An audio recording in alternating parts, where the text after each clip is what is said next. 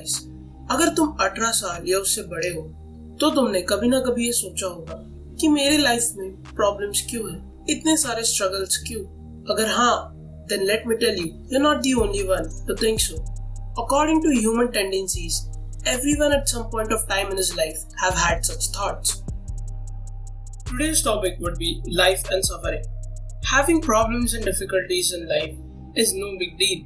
Everyone have them in some way, shape or form. But finding a way to deal with them is a completely different issue. Recently, as I was going through my day-to-day life, I came across these amazing books called Laws of Human Nature by Robert Greene and Subtle Art of Not Giving a F*** by Mark Manson. In books में human psychology और human behaviour को सीधे शब्दों में समझाने की कोशिश की गई है। इन दोनों बुक्स को पढ़ते पढ़ते मुझे यह रियलाइजेशन हुआ कि no one in this world can escape suffering no matter where he stands in his life. In fact, a life without suffering isn't worth living. What I mean by that is, मान लो अगर तुम्हारी life में कोई struggle नहीं है, तुम्हें जो चीज चाहिए वो तुम्हें इजीली मिल रही है, इससे होगा ये कि तुम उन चीजों की वैल्यू करना छोड़ दोगे और अपने लाइफ से एक बहुत बड़ा फैक्टर जिसे हम सेटिस्फैक्शन कहते हैं खो दोगे। I'll elaborate this point further by giving you two examples. One would be spiritual and one would be scientific. बहुत साल पहले हिमालय में एक राजकुमार रहता था। उस राजकुमार के पिता ने सोचा कि वो अपने बेटे को किसी भी तरह के दुख दर्द को देखने नहीं देगा, जिसके चलते उसने राजकुमार को कभी भी महल के बाहर जाने नहीं दी और राजकुमार को जो चीज चाहिए होती उसे राजा वो चीज दिला देता। धीरे धीरे राजकुमार बड़ा हो गया और कभी भी दुख दर्द और समस्या न देखने की वजह से उसका सारा चीजों से मन भर गया। उसने सोचा कि इस महल के बाहर ऐसा क्या है जिसके वजह से राजा कभी भी उसे बाहर जाने नहीं देता। उसने मन बना लिया कि वो चुपके से निकलकर महल के बाहर की दुनिया देखना चाहता है।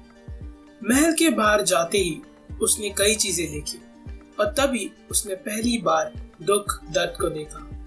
उसने एक बुजुर्ग इंसान को देखा, एक गरीब को देखा जो खाने के लिए तरस रहा था, एक बीमार को देखा और किसी को मरते हुए देखा।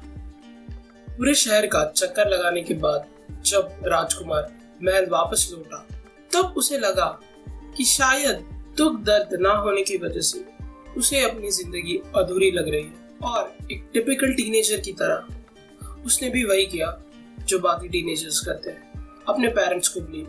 राजकुमार को लगा कि इसमें गलती राजा की है और उसने ठान लिया कि वो सब कुछ छोड़कर संन्यास ले लेगा। उसने कई साल सन्यासी की तरह गुजारे।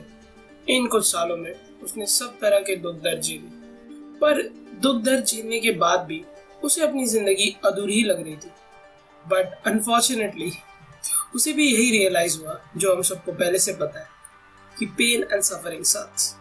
उसके बाद उसने कई दिनों तक एक वृक्ष के नीचे समाधि ली और इन कुछ दिनों की तपस्या से उसे ये समझ आया कि समस्या से कोई भी इंसान नहीं भाग सकता और समस्या से पीछा छुड़ाना और उससे दूर भागने की कोशिश करने में कोई मतलब नहीं है। इस राजकुमार ने आगे जाके अपना ज्ञान पूरी दुनिया को बांटा और इस राजकुमार को लोग गौतम बुद्ध के नाम से भी जानते। अगर साइंटिफिकली देखा जाए तो हमारी बॉडी और नर्वस सिस्टम हमें हमारे लिमिट्स के बारे में बताने का काम करती है। अगर हम इन लिमिट्स को क्रॉस करते हैं तो हमें हमारी बॉडी तुरंत उसके बारे में बता देती है। फॉर एग्जाम्पल, अगर हम गर्म पानी को टच करते हैं तो हम इंस्टिंक्टिवली हमारा हाथ वहां से हटा लेते हैं। इससे हमें यह पता चलता है कि हमें गर्म पानी को नहीं छूना चाहिए। Physical pain is a way of our body to inform us that we are crossing a physical limit. जिस तरह हम फिजिकल पेन को फील करते हैं उसी तरह हम साइकोलॉजिकल पेन को भी फील करते हैं। Recent study shows that our body doesn't make much difference between physical pain and psychological one. So ironically, a heartbreak can be as painful as someone actually stabbing you in your gut. So psychological pain का काम भी हमें alert करना होता है। जब हम किसी इमोशन को फील करते हैं तो हमारी बॉडी चाहती है कि हम उन इमोशंस पे एक्ट करें। पेन हमें बताता है कि हमें किन चीजों को दोबारा नहीं करना चाहिए या किन चीजों को करते वक्त हमें प्रिकॉशंस लेनी चाहिए। अगर देखा जाए तो suffering is in fact necessary for evolution and is a good thing as suffering leads to dissatisfaction and insecurity which leads to innovation. Basically it is nature's agent for human improvement. It was dissatisfaction that made our ancestors to come up as the apex predator of animal kingdom and conquer this world. That's why today's society point of view over suffering and pain is indeed harmful.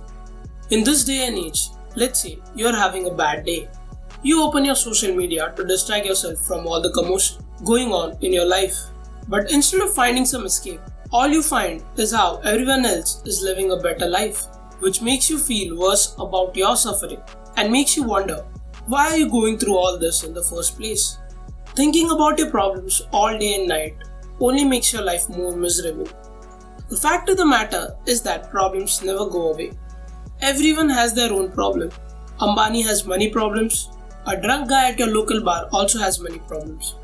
Difference being, Ambani has better money problems than the drunk guy. हमारे problems कभी खत्म नहीं होते, वो सिर्फ upgrade होते हैं. अगर तुम्हें हेल्थ प्रॉब्लम है तो उसका सोल्यूशन है अच्छी डाइट और एक जिम मेंबरशिप, जिसके करने पर तुम्हारी लाइफ में नई प्रॉब्लम्स आ जाती है, जैसे रोज सुबह जिम के लिए उठना या कंसिस्टेंटली एक क्लीन डाइट को फॉलो करना. बिना प्रॉब्लम्स की लाइफ तुम्हें मिजरेबल फील करवाएंगे. उसी तरह लाइफ में प्रॉब्लम्स हो और तुम उन्हें सॉल्व ना कर सकने पर मिजरेबल फील करोगे. तो यहाँ पर कीवर्ड है solution. You can never wish for a life without problems, but you can always try to find a proper way to solve it. Because solving a problem is key to happiness. Although some problems are bigger than others, the core concept of solving them remains the same. Now that we know suffering and pain are inevitable, so here are some of things I learned from these books that can help you deal with your problems. Or at least I'd like to think that way. Don't try. Society nowadays is obsessively focused on unrealistic positive expectation. Be happier, be healthier, be the best, better than the rest, be smarter, richer, popular, productive. In short, be perfect. But when you stop and think about it, all the positive talks and advice, self-help stuff focuses on what you lack. It laces in on what you think are your shortcomings and failures and then emphasizes on it. This happens simply because problems sell. You've been tamed by big corporations to believe that you need to work on every little problem you have. Some problems can simply be solved by ignoring them. Human emotions हमारे neurological system के दिए गए suggestions की तरह होता है, ना कि किसी कमांडमेंट्स की तरह. हमेशा इमोशंस पर एक्ट करना जरूरी नहीं होता. Although लड़कों के लिए बताए सोसाइटी के अनरियलिस्टिक एक्सपेक्टेशंस की तरह हमें हमारी इमोशंस को इग्नोर नहीं करना चाहिए, पर हमें उन्हें क्वेश्चन जरूर करना चाहिए. You can't simply act and say that you acted a certain way because you felt like it. Do you know who act and behave simply based off of their mood? Kids. Do you know what else they do? They shit everywhere. Don't be entitled. हमें लगता है कि हम जिन problem से जा रहे हैं वो बहुत टफ है, पर हमें उन प्रॉब्लम्स को फेस करने के लिए लोगों से सिंपैथी मिलनी चाहिए. But the fact is, millions of people go through same things, and you need to know that you aren't special. You also need to understand that you simply don't deserve happiness for existing. Like I said before, you can only experience true happiness by process of solving your problems. Stop giving a f***. You need to stop paying attention to every little thing happening in your life. In order to achieve the art of not giving a f***, first you need to find something to give a f*** about. Something that is important to you.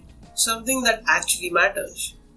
आज के ज़माने में हमारी life इतनी easy going हो गई है कि हमें यही नहीं पता कि हमारी लाइफ में क्या है जो एक्चुअली प्रॉब्लमैटिक है.